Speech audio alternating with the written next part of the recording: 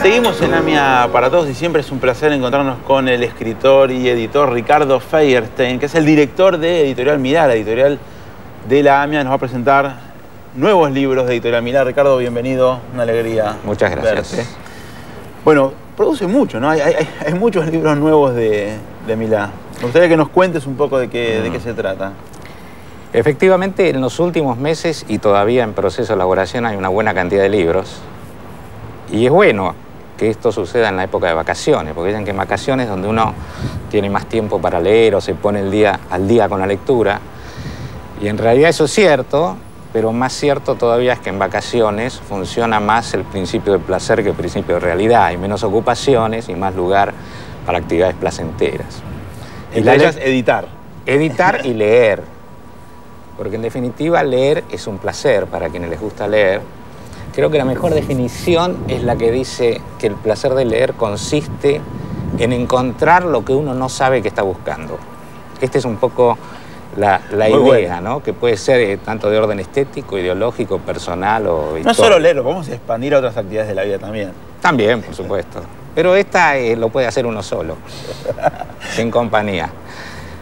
Bien, ¿comenzamos? Sí. El primer libro, los primeros dos tomos que constituyen el primer libro, se llaman Juventud, Visión y Realidad, y no Los Compañeros del Movimiento, y lo que es, en esencia, es una mirada respetuosa hacia la historia comunitaria, que es algo bastante descuidado, comunitaria judío-argentina me refiero, bastante descuidado, y que con estos tomos comienzan a perfilarse como una guía interesante. La historia de los... Se refiere a el sionismo socialista, digamos, de alguna manera. Claro, es la historia de una rama de los movimientos halutzianos, es decir, el movimiento pionero sionista, la rama de Dror, Gordonia y Judah Bonim, que tiene que ver con el sionismo socialista, el sionismo borojovista. Lo destaco porque es un sionismo socialista que se proponían, cuando aparece el Estado de Israel, construir una sociedad nueva, igualitaria, con principios de justicia social, de ahí los kibutzim, esta vida comunitaria. Pero sin embargo hoy el sionismo es como una mala palabra. O sea, mismo gente de izquierda hoy dice sionistas como una acusación. Bueno, yo creo que tiene que ver simplemente con ignorancia, con otra cosa, voluntaria o buscada. Esta es la historia de un grupo humano entre los años 1934 y 1973 que funcionó junto a otros movimientos sionistas, socialistas y pioneros en Argentina. Y lo interesante de esta antología es que en los dos tomos está, por un lado, un análisis académico, si se quiere llamar así, aunque de lenguaje muy accesible, sobre la historia del movimiento, tanto ideológica como personal, como grupal, como en la concreción de ir a vivir a Israel para fundar, como vos decís, comunas, kibutzim, comunas agrícolas, que serían la base de la Israel socialista a la que aspiraban. El segundo tomo es una compilación de trabajos personales, pinturas, cuentos, memorias, relatos de muchos de estos compañeros que hicieron la experiencia, que viajaron a Israel, que viven en Israel hace muchos años y que permiten transparentar este pasaje entre la utopía y la realidad. ¿Qué es lo que ellos querían hacer? ¿Qué es lo que hicieron? ¿Y cuál es la realidad que viven actualmente? Sí, aunque la realidad hoy no sea como se soñaba, esta vida comunitaria de los kibutzim creo que fue una de las experiencias socialistas en el mundo que pudo combinar justicia y libertad casi como en ningún otro lugar. Me parece la experiencia más importante del siglo XX, sin duda, visto desde ahora. En el siglo XX lo que más se acercó a ese utopismo de Fourier, de Saint-Simon, de los socialistas que venían todavía desde la época antigua, es el kibutz.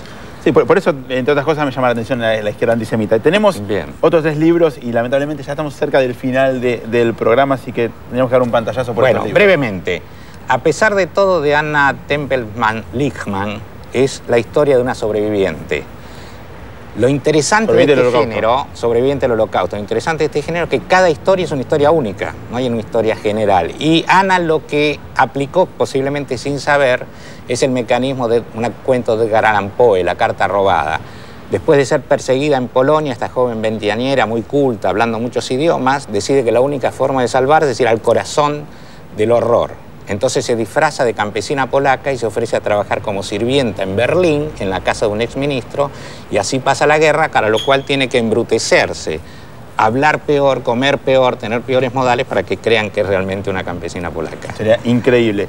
Piriapolski. Piriapolski es una narración dentro del campo de la non-fiction, se podría llamar, que en su título tiene las dos partes de esta narración. Piriápolis, el balneario uruguayo, y Polska, Polonia. Piriapolski es la familia judía desde 1923 en Polonia, que viene a Buenos Aires, vive en Argentina. Cuando nace el autor, de manera casual, el abuelo compra el Hotel Buenos Aires en Piriápolis, y entonces ida y vuelta y la experiencia de esos años está narrado de una forma interesante y muy atractiva.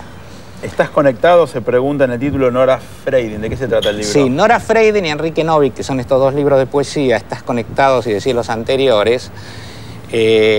Vos sabés que lo más difícil es contar en palabras un libro de poesía, como contar una pieza musical o una pintura en palabras. Es casi imposible. Pero básicamente de lo que se trata es de un acercamiento conceptual. Ambos son personas muy cultas, trabajan mucho en el campo de la psicología Nora Freidin, en el campo de las ciencias humanas Novik, y hacen la relación entre la condición humana actual y el desfase generacional entre las computadoras actuales, donde es importante estar conectado, en el caso de Nora Freidin, y las preguntas básicas, si esa conexión a Internet no hace que uno deje de estar conectado con uno mismo. Y en el caso de Novik hay una referencia a la cultura oriental, a la cultura griega y fundamentalmente a la cultura judía en su búsqueda de preguntas sobre la razón del existir. Ricardo, es un placer, como siempre, hablar con vos. Es un placer que estés como director de Milay y tengamos tantos libros buenos para disfrutar, así que te agradezco que hayas estado con nosotros.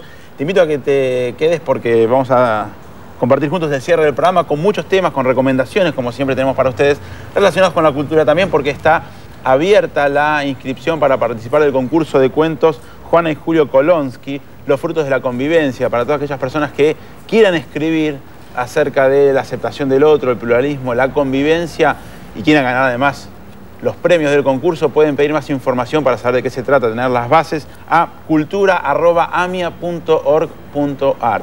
Y también los invitamos a la obra de teatro ¿En qué idioma te estoy hablando? Así, entre signos de pregunta, de Savión Liebrecht. Esto se da con entrada libre y gratuita en el auditorio de AMIA Pasteur 633, el sábado 21 a las 22 horas y después los domingos siguientes, el domingo 22 y el 1 y 8 de marzo a las 19 horas en AMIA.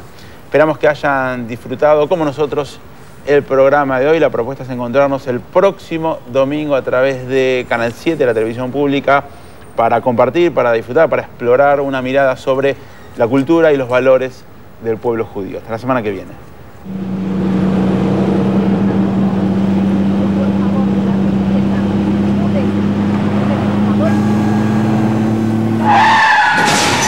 Los chicos, siempre atrás y con cinturón. Si se puede evitar, no es un accidente. Cumplir la ley salva vidas. Agencia Nacional de Seguridad Vial.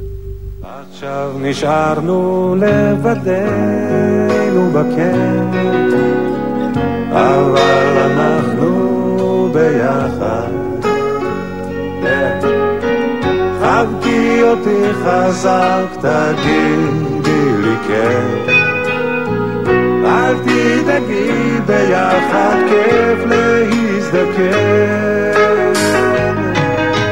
אוף גוזר